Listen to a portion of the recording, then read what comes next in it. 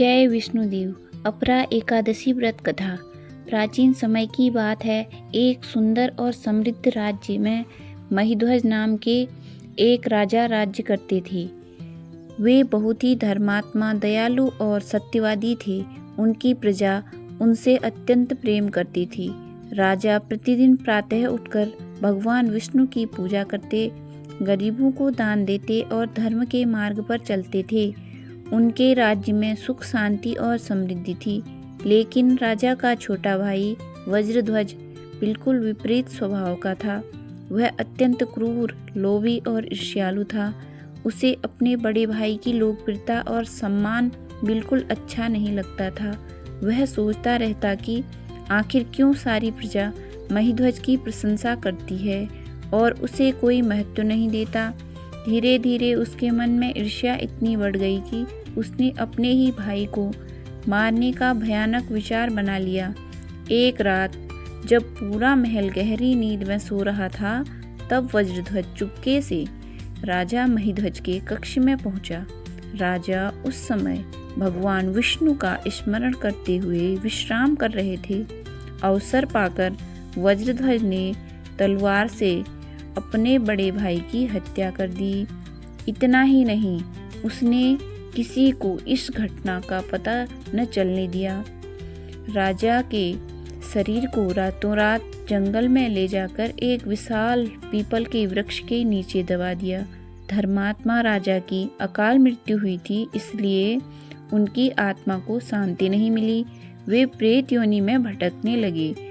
उनका प्रेत उसी पीपल के वृक्ष पर रहने लगा और वहां से गुजरने वाले यात्रियों को डराने लगा। रात होते ही उस जंगल में भयानक आवाजें सुनाई देती।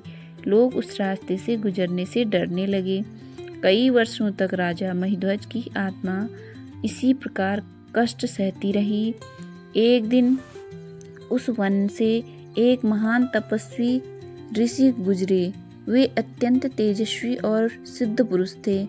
जैसे ही वे उस पीपल के वृक्ष के पास पहुंचे, प्रेत ने उन्हें भी डराने का प्रयास किया। लेकिन ऋषि अपनी योग शक्ति से समझ गए कि यह कोई साधारण प्रेत नहीं है। उन्होंने ध्यान लगाकर पूरी घटना जान ली। ऋषि को यह जानकर बहुत दुख हुआ कि एक धर्मात्मा राजा अपने भाई की क्रूरता के कारण प्रेत योनि में भटक रहा है। तब ऋषि ने उस प्रेत से कहा, राजन, तुम्हारे पिछले जन्म के पुण्य अभी भी शेष हैं। मैं तुम्हें इस कष्ट से मुक्ति दिलाऊंगा।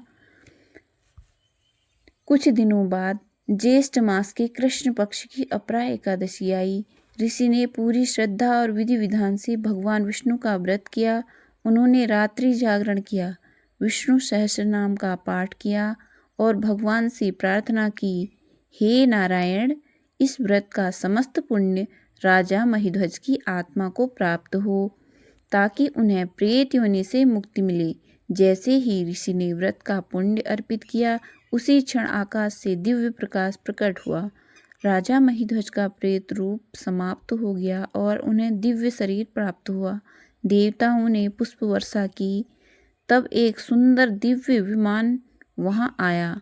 भगवान विष्णु के पार्षद राजा को उस विमान में बैठाकर विष्णु लोक ले गए। जाते समय राजा महिध्वज ने ऋषि को प्रणाम करते हुए कहा, हे मुनिवर, आपके कारण मुझे इस भयानक कष्ट से मुक्ति मिली।